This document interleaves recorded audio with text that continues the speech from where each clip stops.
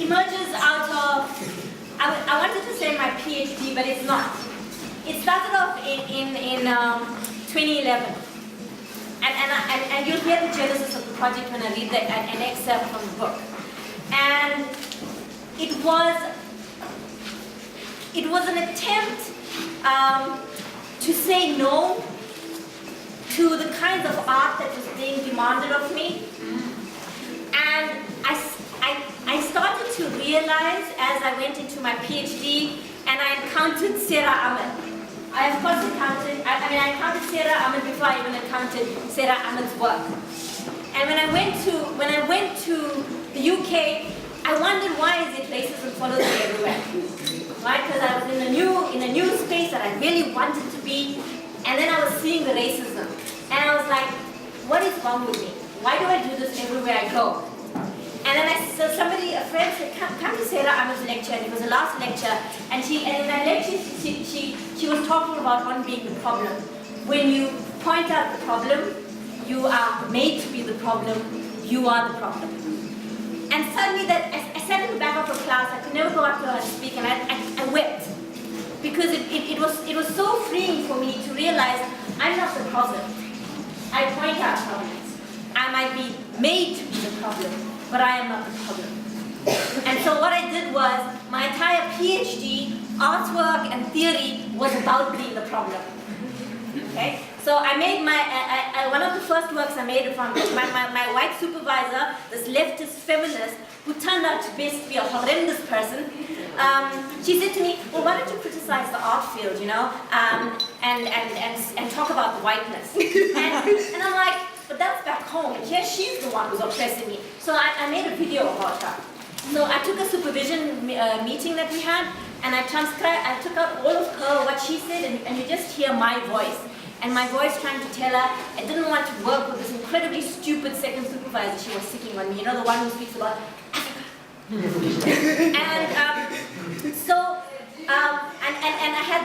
then I had a rant, a 30-minute rant that told her exactly how I felt. Okay?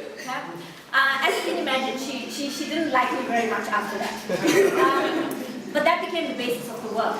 Being a killjoy, being the problem, being the angry black woman and using it as a political force, as a political end. Even though people know through this work that I perform being an angry black woman, they still choose to read me as an angry black woman. No matter how many times I do these performances, even professors still leave angry. Right? So I've embraced that those notions of being a killjoy, a black feminist killjoy. But I've recently also kind of started working on the theorization of radical negativity, where we can use negativity, the angry voice, the discomforting voice, the voice that doesn't follow what everyone else is saying, as a way to theorize around black experience and the relationship of the other. And by the other, I'm not talking about the black other, I'm talking about that white other, the one we are all stuck with. Okay?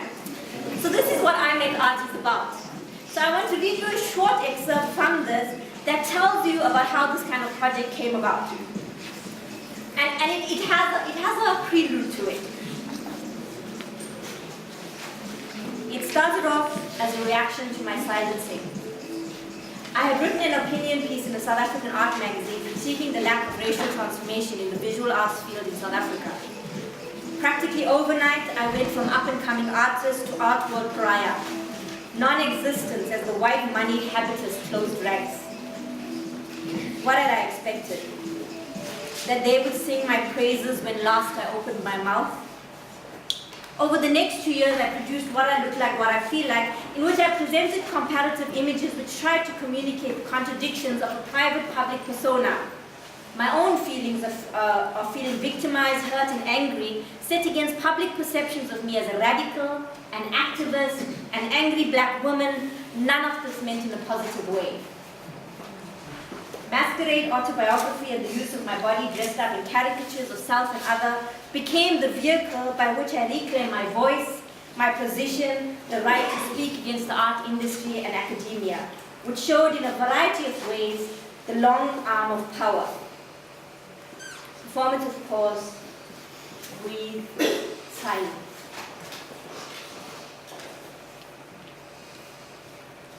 It started off as a reaction to my silencing. An international collaborative project, the German curator leaving Johannesburg telling me that I didn't need to show my new performance and video in Berlin because we've already seen all of that. They'd already seen all of that. Already seen all of that? Feeling that my voice and language were deemed insufficient, I restaged John Baldessari's iconic I Am Making Art 1976 into a declarative statement, I make contemporary art. Using the language of acknowledged canonized works, my repetition became a marker of difference, of otherness, a strained signifier as I tried to mimic the ephemerality of Baldessari's nonchalant gestures. My body refused to mimic the authority of whiteness, of maleness, and I was yet again an other on the margins, attempting to force my way into the Western Art Center, like those feminists, those Arabs, those Africans, those performers, those public artists, those new media people.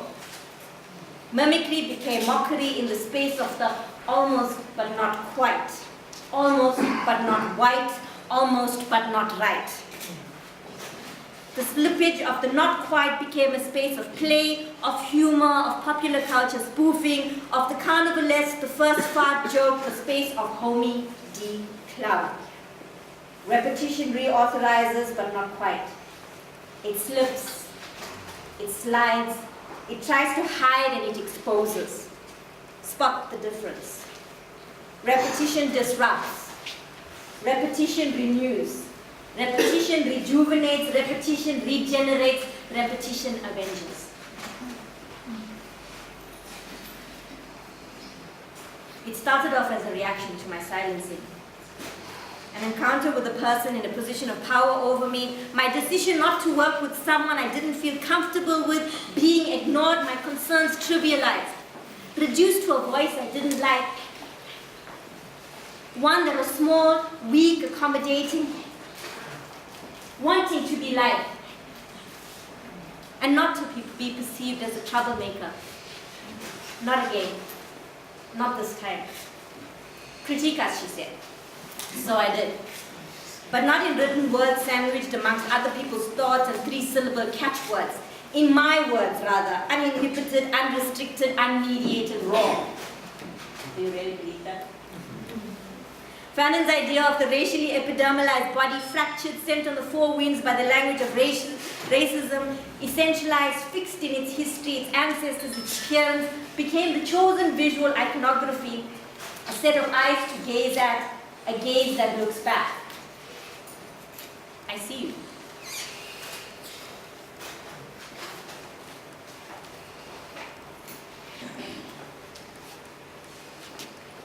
Set of hands wringing in despair, anxiety, menace. Fragments of a captive body and a maddened mind, a language, a discourse, subaltern, alterity, center, margin, local.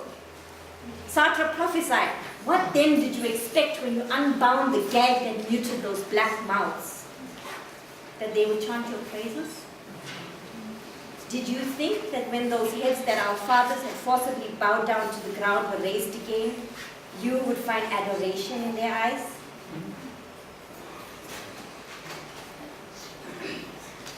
Did you think I would sing your praises when last I opened my mouth? What did Ama Atu Aidu call us? Sister Killjoy. What did Sister Sarah Ahmed call us? Feminist killjoys, enders of that good feeling, the promise of happiness, of diversity, the ones who Bell Hooks says makes backs harden and brings a hush to a room of liberals and radicals. And yet they call on us to activate the angry black woman stereotype, to use negativity as a radical methodological tool which sparks a reaction, which sets people off, which is a starting point of creativity as we work out ourselves, our traumas, our otherness. Anger as a mask, a distance that affronts and still seduces, that pretends at a familiarity even as it forces you back. Self-reflective emotion, neo-didacticism. Who am I speaking to? You, and you, and you, and you, and you, and you, and me. Not for the purposes of a rewooing. I tell you my pain, you tell me your pain. I tell you my pain, you tell me your pain. I tell you my pain, you tell me your pain. I tell you my pain, you tell me your pain. I tell you my pain, you tell me your pain.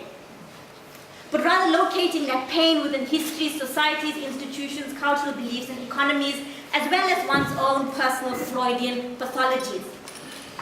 Not as a hierarchy of oppressions: 1, race; 2, class; 3, gender; 4, sexuality; 5, nationality; 6, ethnicity; 7, religion; 8, education; 9, disability; 10, age. But in an understanding that in my life these positions slip, slide, intersect, interlock, interweave. South African women of color artist, half Muslim, half Christian, heteronormative, poor black, middle class wannabe. Unhomed. Not white, not black, not colored, not fly. Homeless, subaltern, apartheid's child, post-apartheid's postmodern R&B girl, woman, neo-colonialism's visual artist. Neither here nor there, but somewhere, something, someone else. A space of uncertainty, of ambivalence, of hybridity. A journey of wandering to come back to oneself, the self that is never without an other. Can one be one's other? A doppelganger of creativity?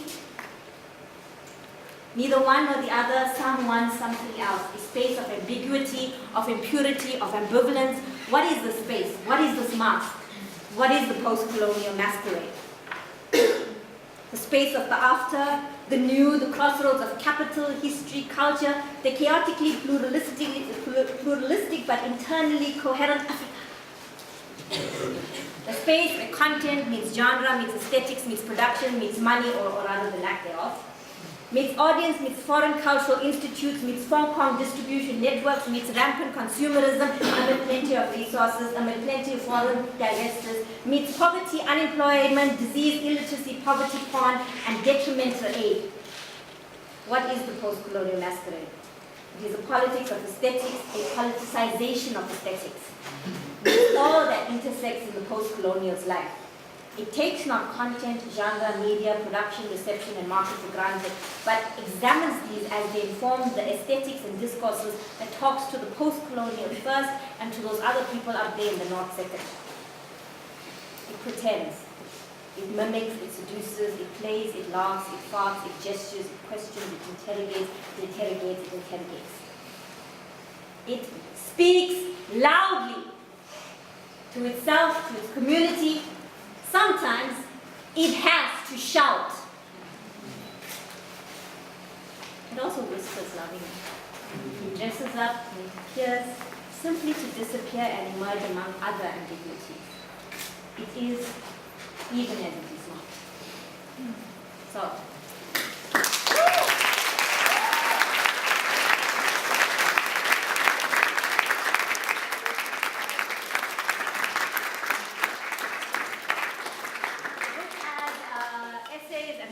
By Betty Govinden, Kigua, Yvette Gresley, Fuad Asfour, and Nicola Al Samurai about my work, but also has a lot of performative writing that plays around with Sarah Ahmed's ideas about being the killjoy. I really would like to thank the National Arts Council for funding this book. It took me about the book has been in production for like the last 3 years, and a lot of these people who work with me and write with me usually do so before I can even pay them.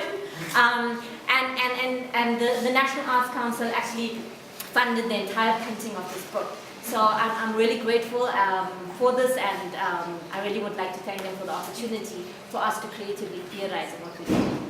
So next up, I'm going to call Refilwe and Thato, and they are the curators of this exhibition. And an earlier version of this was staged in Constitution Hill, Johannesburg, and this has becoming here and becoming here in conversation with Rhodes staff and students. And so I'm just going to give them the platform to say something about this and to really thank them and Kauru for making this exhibition available to us in the setting to engage their theorizations.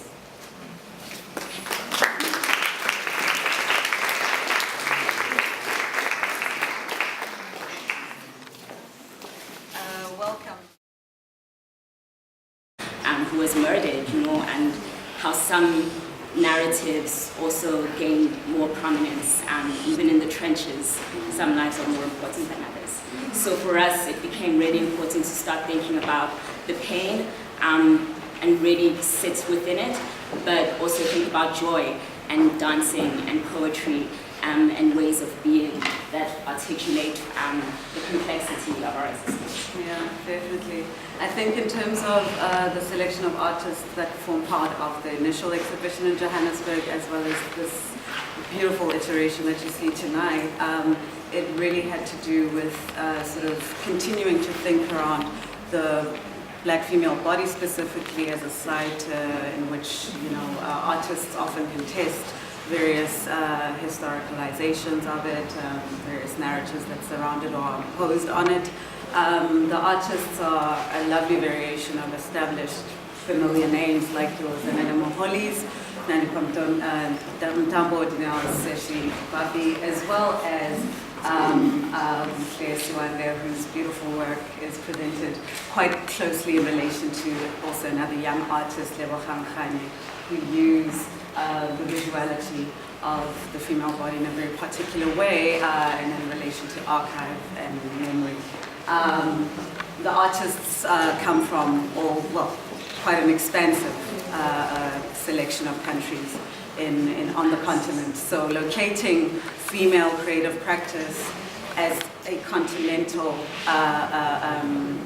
as of continental importance, as something that, you know, is not produced for the pleasure of export to the north, but that's something that we as South African and continental audiences are entitled to experience as well. There was a big part of making sure that the exhibition has an opportunity to travel beyond Johannesburg. So this iteration is a fantastic start of our journey of taking the exhibition to other parts of Africa.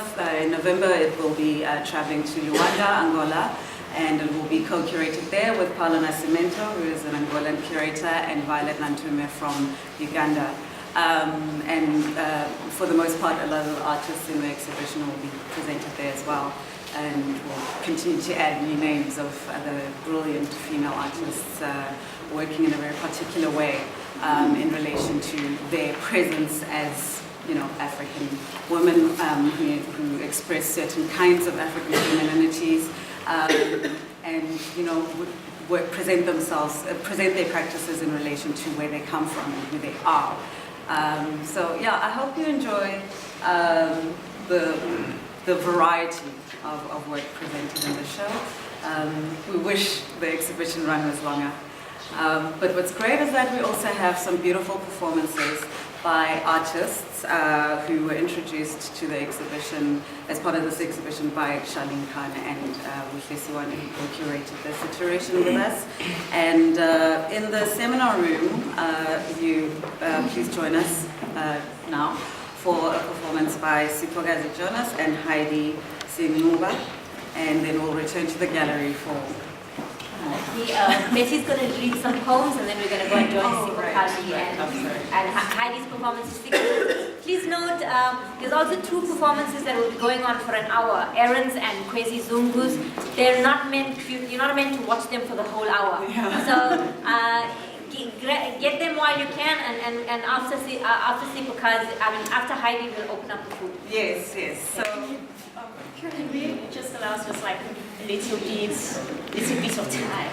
Because I just feel like, you know, so artists, for us it's just like such an incredible opportunity to be here, right? And to theorize around this idea of art and practice and process. When we came here, you know, like, we were still like, you know, stitching up the things, you know, and that process of art making and the process of our existence and the process actually being the art was such an incredible thing. And I think of Vangi's words, a quiet storm of small girls coming, you know, it always feels like, yeah, you know, we are this quiet storm coming to campuses and galleries and everywhere here, you know, just these covering women just being like, yeah, we are here doing the thing. Yeah. So thank you very much. Thank you. Thank you.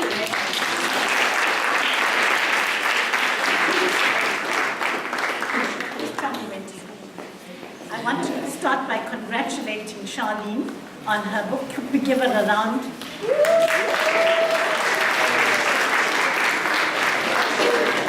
This first poem is a contemplation on her work, and I try in the poem to suggest something of the expansiveness of her work, temporally and spatially. It just ranges so widely. Andre Malraux spoke about the museum without walls, and in many ways I think that Sharlene dramatizes this in her work. And so I want to congratulate her on the way in which she has conceptualized what it means to live in the world and to imagine the world. From the seashores in Carnadine, yesterday and yesterday and yesterday, you are Cassandra washed in by the endless tide, seaweed, sand, and matted hair clogging your mouth, flotsam and jetsam of history. Captive only of your liberty, you are Nkomo, your mouth filled with the wind, rising to walk amidst the embattled shores, deformed and mangled, your ochre breasts heaving with terror, with desire.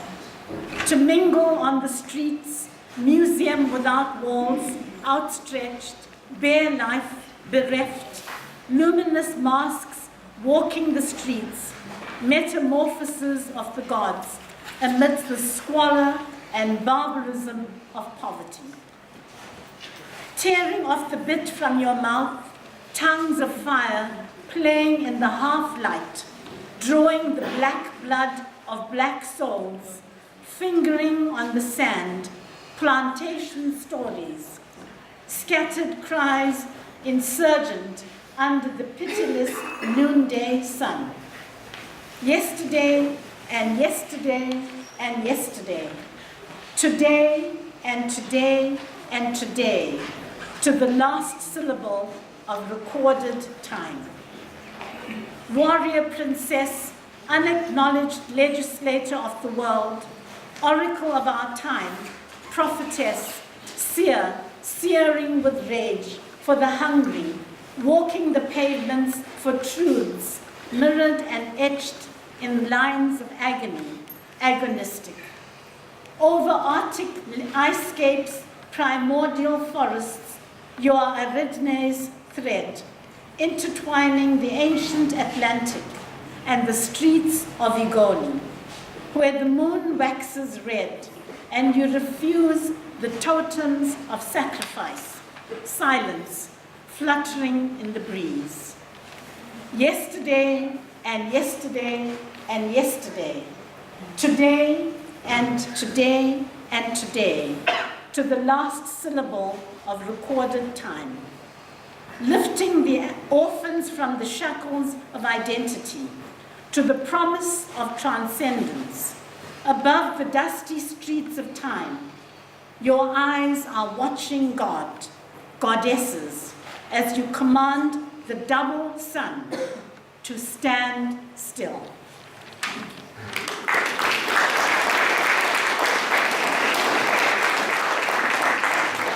And I have a few more, and please tell me when I should stop. This poem is dedicated to Phyllis Naidoo. It was prepared for the launch of her book, 150 Hands That Built South Africa, which marked the 50th anniversary of the treason trial. Phyllis Naidoo died 4 years ago in February 2013. And a part of her life which you may not know, she had, till she died, a shrapnel from the police bullets lodged in her back, and she also had a son who was killed by apartheid assassins in Zambia. And she appeared before the TRC, but she died without knowing the truth of the identity of the killers. You are woman. You are woman bearing in your body the weight of metal and memory indelible. You are woman living in vagabond exile, smuggled out of the land of your birthright. You are woman weeping for your absence, murdered by apartheid assassins. You are women roaming the world, working for the dawn of freedom. You are women choosing home, family, and community in the faces of the just. You are women attentive to the wretched of the earth, saying, Lerona Rebato, we are also people. You are women claiming self and identity in the hallowed ancestry of sacrifice. You are women exploring history beyond capital H. You are women guarding in sacred trust the memory of the brave. You are women writing history from below, refusing the power of the powerful. You are women naming the comrades one by one, lest we forget. Thank you.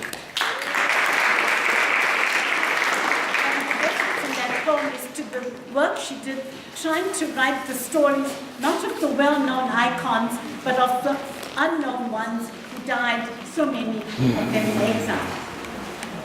My next poem was written for the launch of Khwezi Badru's poems, collection of poems, called The Dream in the Next Body. I shall read the introduction and then read the poem that I composed for that occasion. In Khwezi Badru's poetry, one thing that stands out for me is her writing of the body, which is called écriture féminin. This characteristic may be found in both the surface and deep meanings of her lines. Lines unadorned, precise, calibrated, and lovingly rendered. While Khwezi paints a wide canvas, dealing with themes of home and identity, love and desire, war and loss, she avoids tract and diatribe, the cerebral and universal, and remains close to the particular, to the tactile, the sensual experience, the body, and carefully crafts it to speak itself into symbol. Indeed, in her poetry, she does allow us to move away from spectacle and to rediscover the ordinary, painted in saturated color. She traverses the globe, refusing to be shackled, yet her poems are unmistakably South African. With their wit olive and butterblom, my tongue, unlike hers, doesn't soften on those names, white olive and butterflower. As a tribute to her writing, I have composed in poetic form the following response to her collection, The Dream in the Next Body. In my piece, my words mingle with Khwezi's as I linger over her poems and allow them to suffuse my thoughts, my being, my body. I receive her words, wrap them in mine, and offer them to her, to myself, to you. And when you read the poem, you will see from the italics the words that come from hers. And this is the poem. When I read your poems, I am Adrian Rich's insect in Emily Dixon's bedroom, clinging to the plane, trying to connect. With spare, sparse words on the unordered space of the page, you are a witness, dancing with words you have still to use. From the sly beauty of your poems, I drink words. Your thoughts are bookmarks on the unwritten scroll of my life. You paint the horror of war in a slow accounting, one by one by one, your soul-spun words, like blue prayer beads, sure-fingered, fall, mingling with the blood and memory of mothering. I feel in my womb your voluminous anguish for the moment of dis-ease, the death of a child. There is unutterable desolation in a small unclasping. What words for a father bereft who rightly refuses his name on the front page, a parody of comfort and the solace of glory. I hear the loss in the cadence and read the words you do not use. You teach us, as animals with their human companions, to learn the language we must speak to one another. In your poems, I hear the plaintive questing for home. Where is home? It is more than the address you left behind. It is a place of apricot memories, you say, conjuring for me mellow fruitfulness. Home, windswept, a promontory at sea, is smothered by mindless bureaucracy. You level the ground of work. The sinewy master tiler is the poet, giving order to space. How paltry now is the puffed aesthete, strutting in rarefied air above the commons. You create a space not for truth and meaning. You create a sanctuary for touch, for love, expansive like the architecture of mosques. As I linger over your words, bring my eye as close as I can to the line itself and follow it. I notice the slow leaking of meanings. Your poems, like lightning conductors to the very bowels of the earth, are a spillway for your soul. And as I read and reread your poems, I leave behind old certainties. I kneel unshod and become a question. Something flows between us, like birds in a flock. You are the dream in my body. Thank you.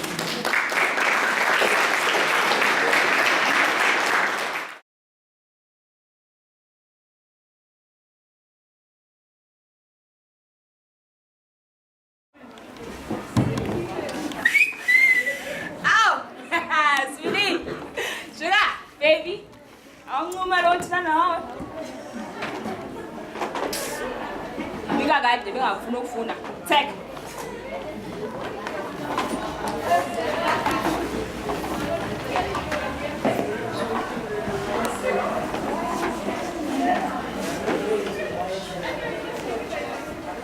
We pilgrims who gather at this mountaintop to pull up a seat at the devil's table know that that hovering cloud is no tablecloth. It is the city's petticoat, which veils the shape and line of this land's shame. So even when the southeastern wind lifts the hem to air the bodies, their streams are translated into the stench of the sea and quiet, dissolved into the long throat of the N2 and traditions of silence. We know this mountain by another name, from all the times we have almost died or died here, under its shadow and under its wake, its watch. This is no rock, it is a tombstone. But what of you? All the street lights and corners, those parking lots, whole communities are cemetery plots. Another toddler has been found buried in her backyard. Massacred for women and children, this land is a graveyard. Mlomo wendoda lingcwaba elingahluthiyo. Awunwabi ungakhange ubhodle amathambo am. Asibufazi bam ide yangu umnqamlezo. Ukuthanda ngumthendeleko wamanqindi nezithuko. Kodwa nangolwesithathu usuku awundityekezi nondityekeza. Luphi olwam uvuko? So in our mini skirts, in our burqas, we sit on the mountaintop drafting obituaries, smiling to prevent falling into open graves.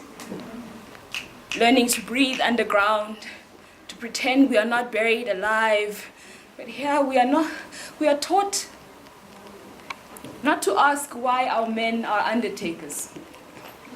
with spades between their legs and fists full of dust, why they are always dressed for funerals.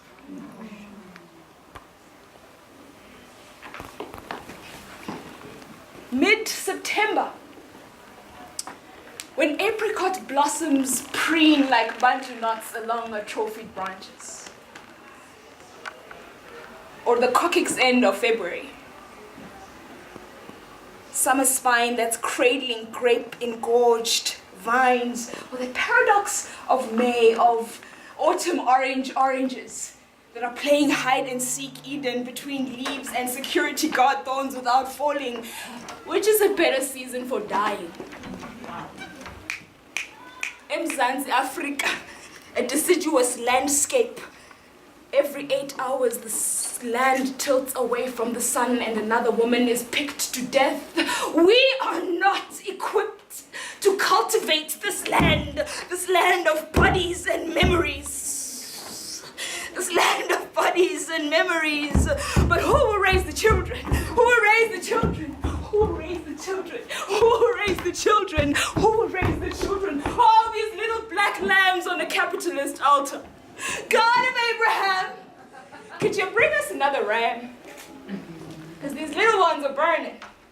Burning, burning. Uma Dlamini is a church woman with an Easter-colored blouse that never bleeds into other clothes in the washing. Her hat is the color of Isaiah 1 verse 18 and the forgiveness of sins. And it peels the Nazi skin air with its pleats. The midnight sky around her hips is devoid of lint constellations. And her stockings, they never run. She's a lady. Even on Sunday mornings, when the Methodist bell peals across the frost-infested air, she marches along in black, red, white, like a dismantled vernacular Bible, a township epistle. Madlamini goes to church 7 days a week. One of them in heaven, and the other 6 in hell. You see, this weekend, Umfundisi is going to preach about forgiveness 70 times 70, Masalwane, times 70 times. But that burning heart Jesus behind him will tell a sermon of his own. You know that watered down Oros Messiah with the GHD hair? That, get over it, it's been like 23 years already, Messiah. That's Madam's liberal Jesus. He was also born in Bethlehem, Free State. You see, Madlamini knows dinner time gospel. The kind that will curse Liverpool and fire pools, but never lament why shacks fall like sacrificial lambs to a southeastern Guloni. How these dumping grounds of zinc depreciate the view.